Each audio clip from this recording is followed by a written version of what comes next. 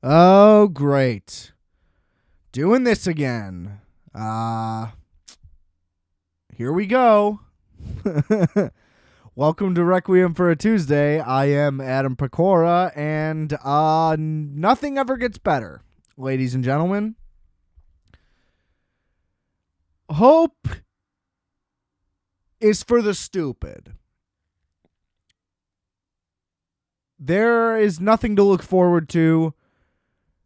You're born without anything. I didn't ask to be this being in this place where all that ever happens is pain and misery. I mean, what more can anyone say? I mean, I'm sorry. There's just nothing. First of all, there's nothing else for me to talk about, and there's nothing that I think about more right now. There's nothing in my mind that I can possibly even shift it to.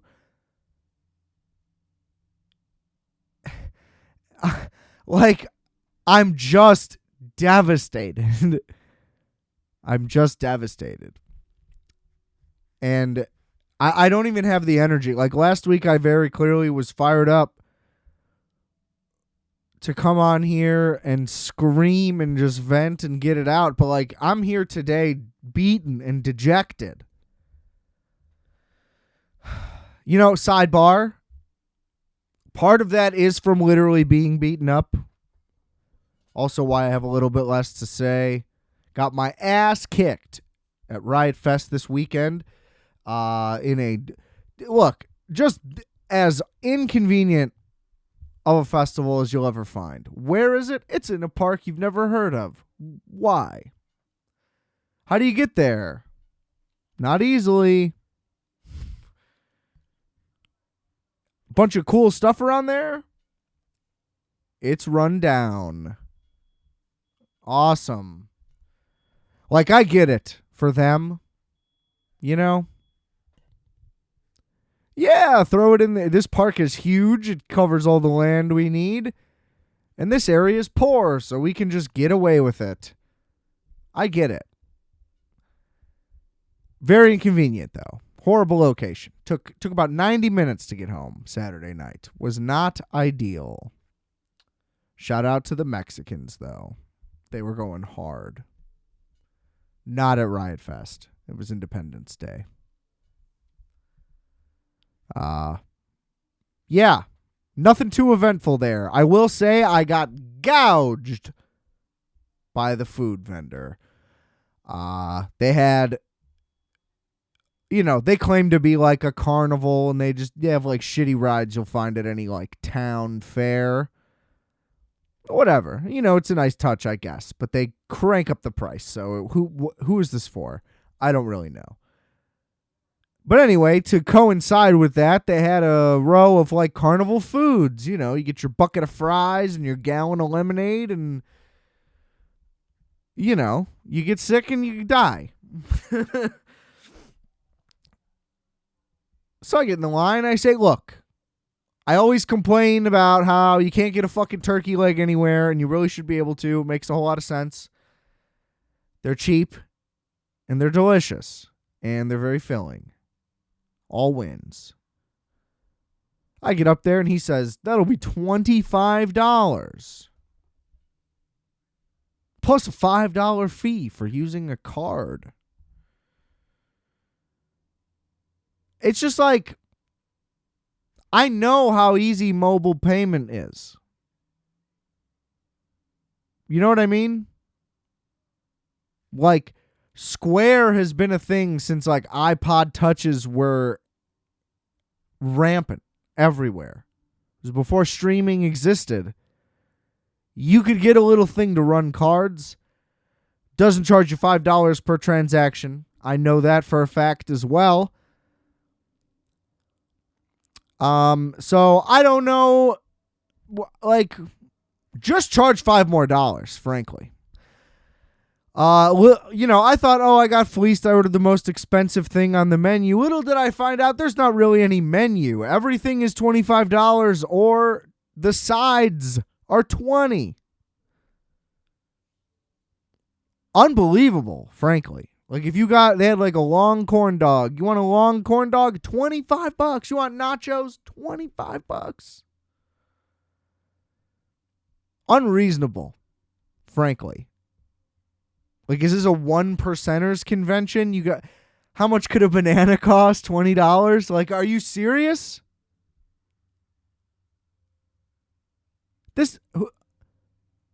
Anyway. Next day, got a burrito, half the price. Literally was $15. Can tolerate that. That's a slight markup. That's fine. That I am expecting at this thing. Not, yeah, we tripled it. Insane. And then it was very clear as to why the prices were not marked. Anyway, got all smushed up during death grips, and I am still sore today. And then I got physically crushed seeing one of my favorite musical acts possible. Top 3. Yeah, top 3 overall. Top 2 band. Anyway. Physically crushed during that. And then emotionally crushed on Sunday. Watching my favorite team. Number 1 across all channels. And they're the worst. They're the worst one. They're the worst one. Look, there's a mix of a lot. I'm back into it. I needed the tangent. One, I had to hit the bong right before I started. So that tangent was a little bit of that. But I needed the stress relief. I needed to get it off. I need to talk about something else for 1 second. It hurts that I have to do this. You know, I don't want this. I don't want this. And I literally, like I said, because I was doing things, had nothing else to watch. I wanted to maybe try to get a movie in that would somehow be so compelling that it would propel me to not want to talk about the Bears, but I can't, and I'm sorry. I'm sorry to you. I'm sorry to me. I'm sorry to this entire city. Look, just nobody gets it, okay? Everybody wants to keep blaming ownership. I'm sorry. Ryan Poles hired these people. Now, you want to blame them for hiring Ryan Poles? Everybody said it was a good move. Look, if it wasn't a good move, so be it. Now, it's all up to Kevin Warren. That's who they gave the reins to. He's the president. That was unanimously a good hire. Okay? So if he wants to get rid of Poles, then I trust him. If he doesn't, then I trust him. We'll give Poles another chance. Maybe. Because the thing is, he still hired Eberflus. The guy can't do it. I'm sorry. The coordinator wasn't there for personal reasons. I don't know if I buy that those reasons were personal. Maybe. Could have just been the atrociousness. If something bad happened to the man, then I apologize. Either way, it's better that he's not there. Frankly. He's not good. And the defense played better with Eberflus calling it. Still not good at all. Busted coverages across the board. No pressure. Dialed up some blitzes at least. But they didn't get anywhere. So we got diced. It's a miracle that they were even in the game. Had to block a field goal. Yeah. Nothing great there. Eberflus hires Getsy. Getsy's a hack. So he hired both of his coordinators. They're both terrible. As I said about the scheme, look, scheme's not good. If this team is that bad at running it, then it's the wrong scheme. So no matter what, shouldn't be running it. Justin Fields is not good. He holds the ball forever for no reason. Like the rush gets there too quick. most of the time. But there was times when it's like, oh, the blitz got picked up. This is right when you would throw it, like no matter what. And then you would even look, and then there would be a guy open. Like I had the time to be like, I saw the blitz get picked up, and then I looked at the receiver, throw. And then you look back at Justin Fields, and he's not. And then the rush gets through, and then he gets sacked. It's regressed. It's all regressed backwards. For some reason, even though they switched the offense to be about running, all they did was switch it back, and all summer they undid all the progress, apparently, and they just switched it back, and they're like, it's week 1 of last year again. We're going to do that right this time. That's insane. It makes no sense. You already know it didn't work. Just because you added one receiver and a backup tight end, like, doesn't mean you go back. Like, they threw it to DJ Moore, and guess what? He was open and caught it, and it worked out great.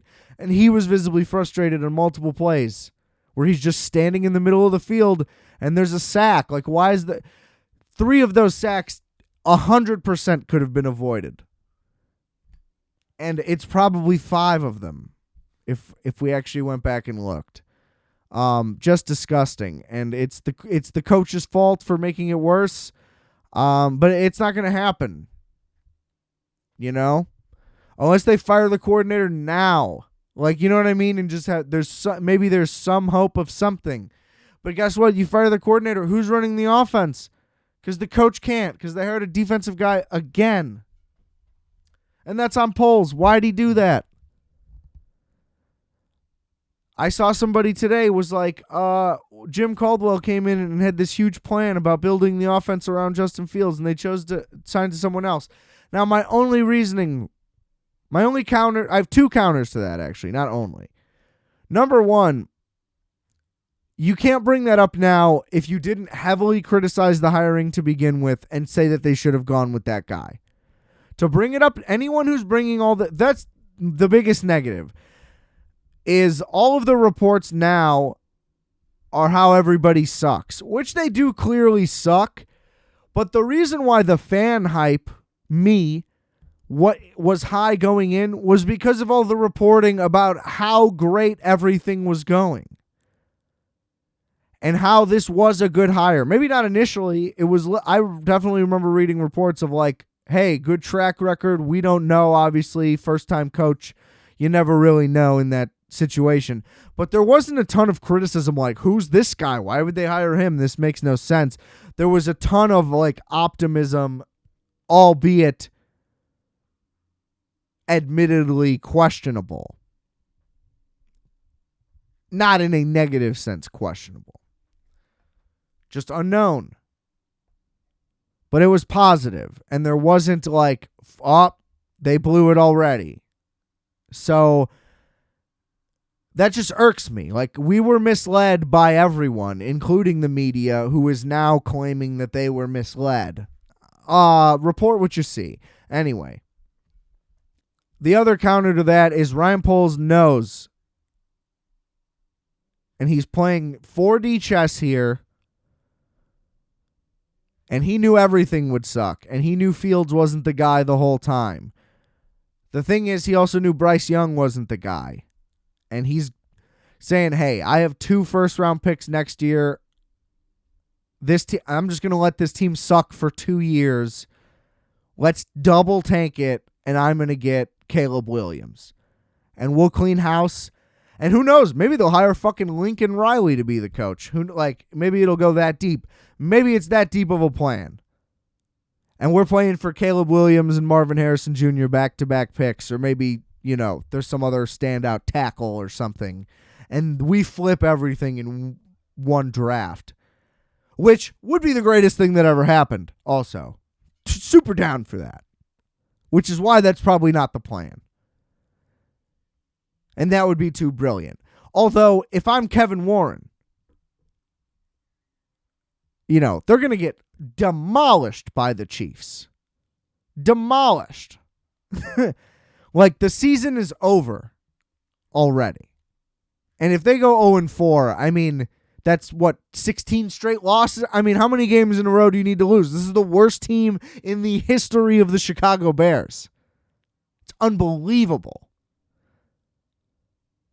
And they got worse at everything. Last year, everyone knew the roster was replacement level, but they fought and were in every game just about somehow. They were well coached and played well, and that all went to shit. It's Nagy year 2. It's Trestman year 2. John Fox was always dog shit. I didn't even watch those teams. You know, they all went backwards. It makes no sense. It just makes no sense. I just don't even understand it. So unless it's all intentional, which it's not, that's the only silver lining is Caleb Williams. But if it's Caleb Williams with Eberflus and Getsy, I mean, we're going to ruin that guy too. He's a generational talent, supposedly. So that's my only out is for Poles. Otherwise, like, he doesn't know what he's doing either. Because the Claypool trade, I mean, a nightmare, an objective, absolute disaster. Even when it happened, everybody was like, there's no reason for him to have this much value, just period. And it's only gotten worse. It's like, yeah, he responded from an objectively, like, horrific, he should be cut game to he played like an NFL player and still wasn't. You know what I mean? Where they have to highlight that he made regular effort. It's like, that's not necessarily what I'm looking for here, you know? Oh, good for him. He actually tried this week. It's like, okay.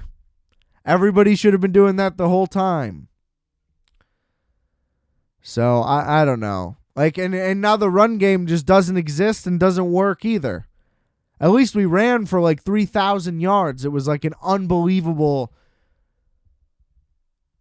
Like, the volume was way too high. I get all that criticism and all that, but it worked. Like, it was successful. That's not even a thing now. Everything is just inept and broken. It looks just like Matt Nagy's offense. It's the same thing. And they do the cute little fucking screen.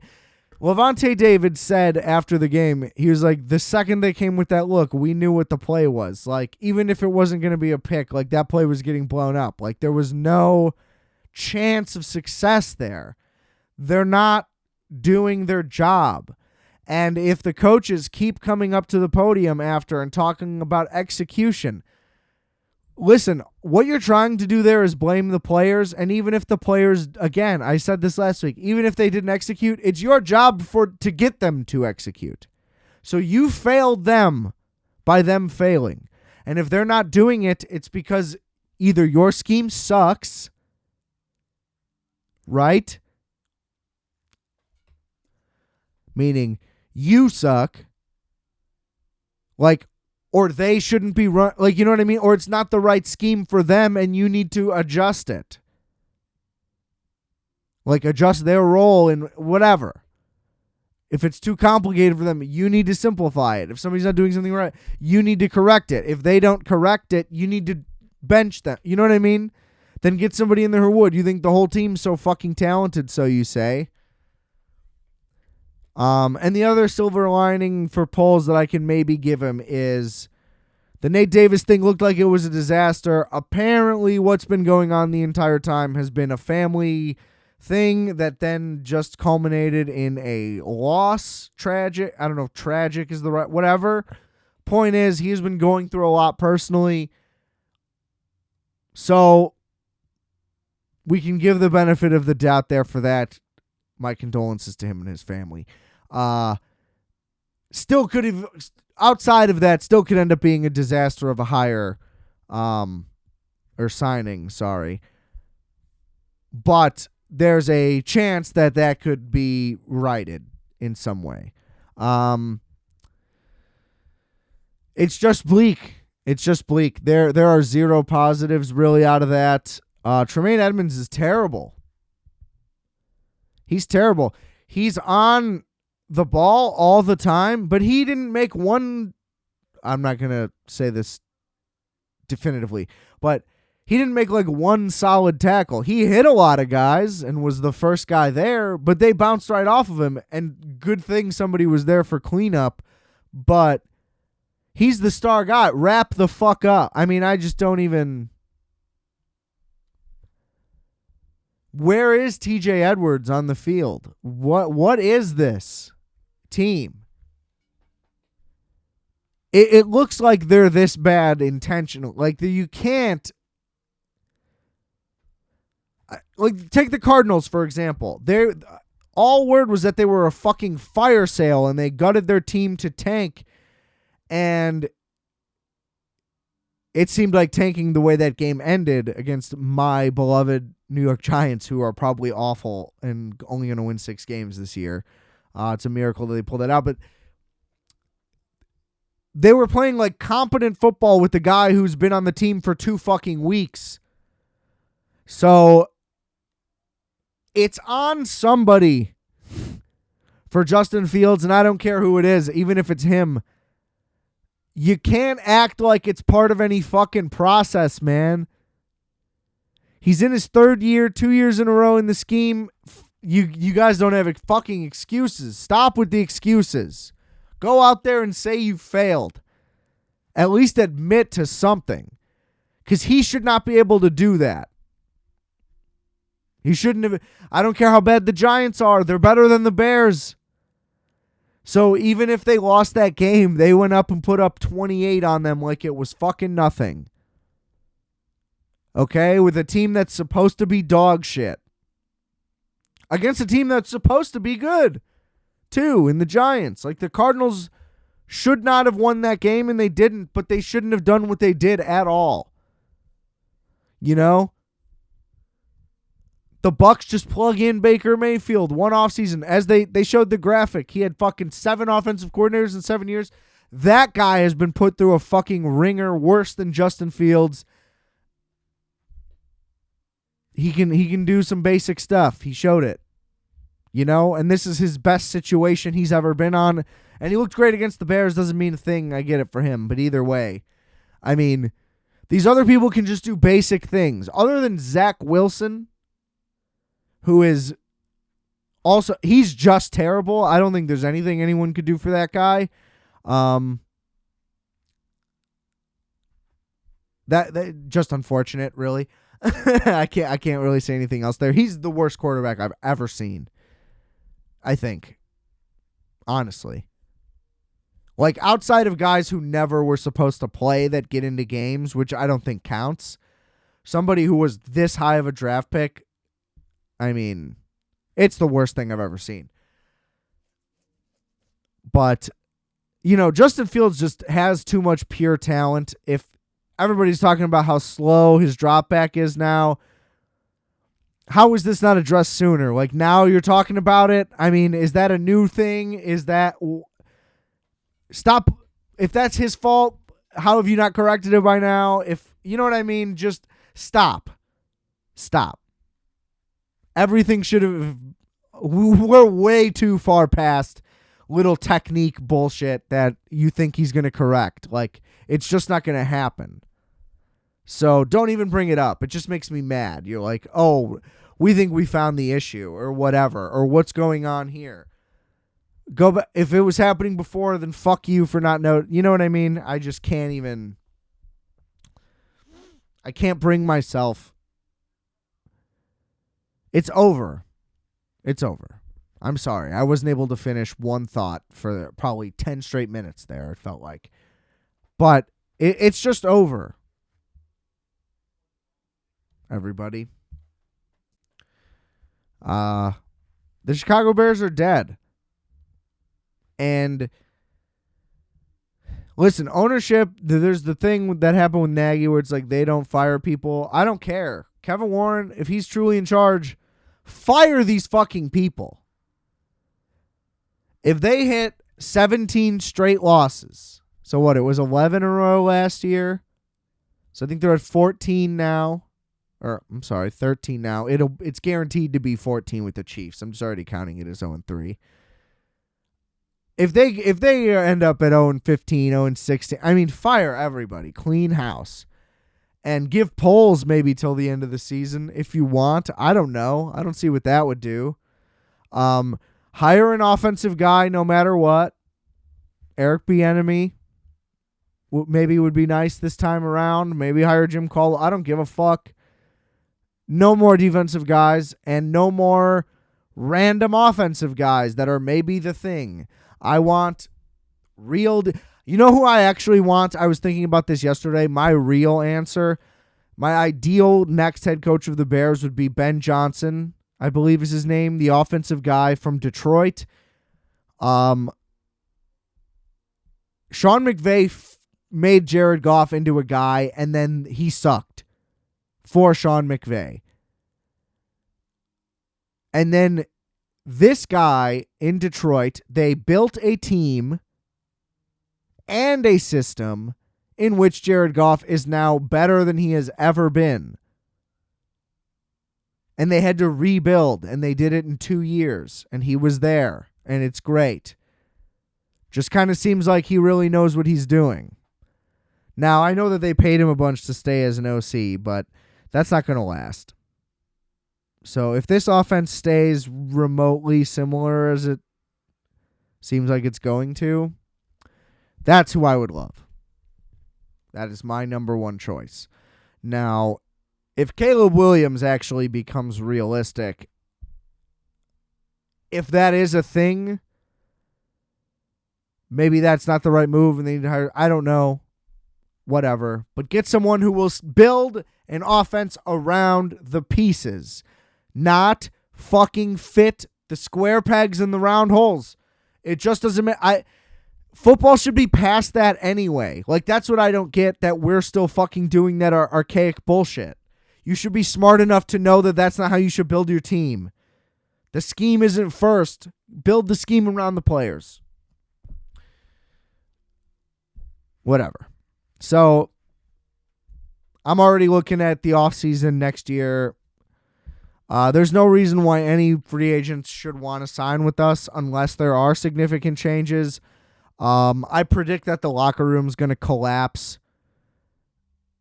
If the Chiefs, I mean, we're kind of lucky that the Chiefs don't really have their shit together, because if they were clicking on all cylinders, depending on how bad the Chiefs' loss ends up, like, the team could fall apart already. If that game's like 45-6 or something, the locker room might collapse right then and there. But once we hit 0-4, 0-5, I mean, it's over. It was over by the second quarter of the Green Bay game. The entire team was dejected and done with it. I imagine Justin Fields is giving up also. I don't think he wants to, but I think it's like Trubisky with Nagy, or even Nick Foles with Nagy visibly being seen on the sideline being like, the offense is broken. Everybody was aware the offense was broken, and everybody just kept continuing to say that they needed to work harder.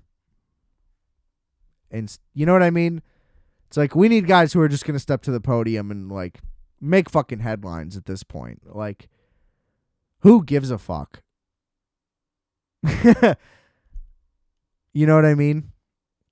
Why do you need to preserve anything with any relationships here? Burn these bridges, bro. Just come out and be like, these coaches don't know shit. Call them the fuck out. Let's at least make it entertaining. Hopefully I will have some better things to talk about next week. I'm sure. Ideally, the Bears will just be a small segment, if anything. I would like to get back to a traditional sports corner where I can actually talk about football at large, but it's just been too difficult. I sprinkled it in a little bit this week, but I'd like to invert that. And we'll see. We'll see. I'm not going to promise anything because, frankly, everything that I thought has been shaken up already this year, and I don't know what to think, and my head's spinning and my heart's broken. So it's kind of going to remain the same. Rate, review, and subscribe to Requiem for a Tuesday. I really appreciate it. The numbers have been looking great. Please continue to share these episodes, and thank you. I don't know what else to say. Everything's linked in the description below. Check it out. I very much appreciate it. Gonna go watch some Monday Night Football. that'll, be a little bit more competent than what I'm used to seeing from my team. And remember, I are fat, you are fat, we are fat. Calculator.